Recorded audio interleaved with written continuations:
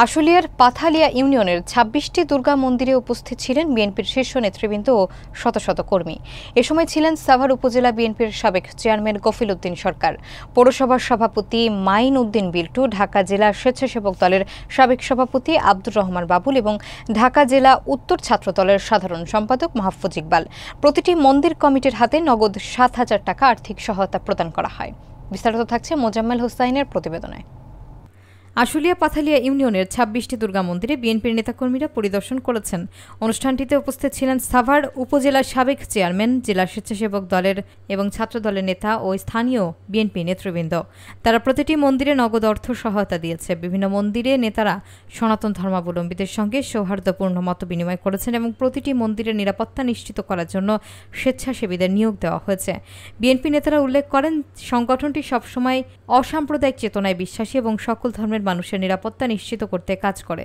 তারা প্রতিমা বিসর্জন পর্যন্ত মন্দির পর্যবেক্ষণে থাকবেন এবং স্থানীয়দের উৎসব নির্বিঘ্নে সম্পন্ন করার জন্য পাশে থাকবেন। অনুষ্ঠান থেকে পরিষ্কার হয়েছে, সনাতন ধর্মাবলম্বীরা স্থানীয়ভাবে তাদের কার্যক্রমে নিরাপদ বোধ করছেন। এখানে উপস্থিত আছেন আমাদের এমপি প্রার্থী জনাব কফিল উদ্দিন। এখানে যারা বসে প্রত্যেকেরই বল, আজকে আমরা এখানে পূজায় উপস্থিত হয়েছি। আমরা চাই যে হিন্দু মুসলমানের কোনো ভেদাভেদ নাই, কারণ আমরা ছোটবেলায় একসাথে চলাফেরা করছি, একসাথে খেলাধুলা করছি। মাঝখানে আমাদের 1960 আর 1962 সালে আইসা হিন্দু মুসলমানের দাঙ্গা হয়। সেই দাঙ্গার পরেই আমাদের এই দ্বিধাদ্বন্দ্ব, আমরা দ্বিধাদ্বন্দ্ব শিকার হয়ে গেছি।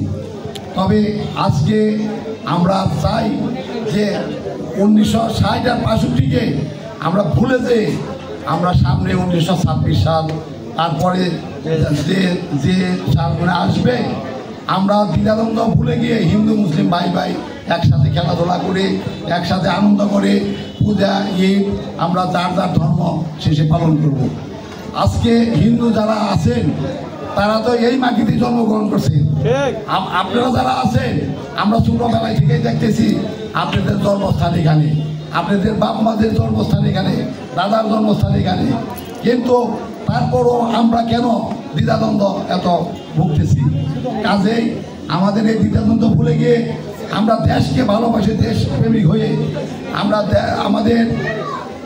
আমাদের জাতীয়বাদী দলের পক্ষে আমাদের ভারপ্রাপ্ত চেয়ারম্যান তারেক রহমান উনি বারবার বলতেছেন যে আপনারা দ্বিধাদ্বন্দ্ব ভুলে গিয়ে এবং সাধারণ মানুষের কাছে যান, ধানের শীষে ভোট চান।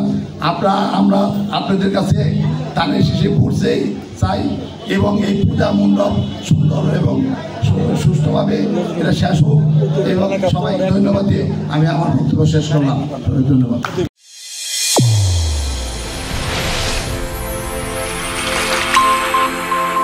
চ্যানেল A1 হৃদয়ের স্পন্দন।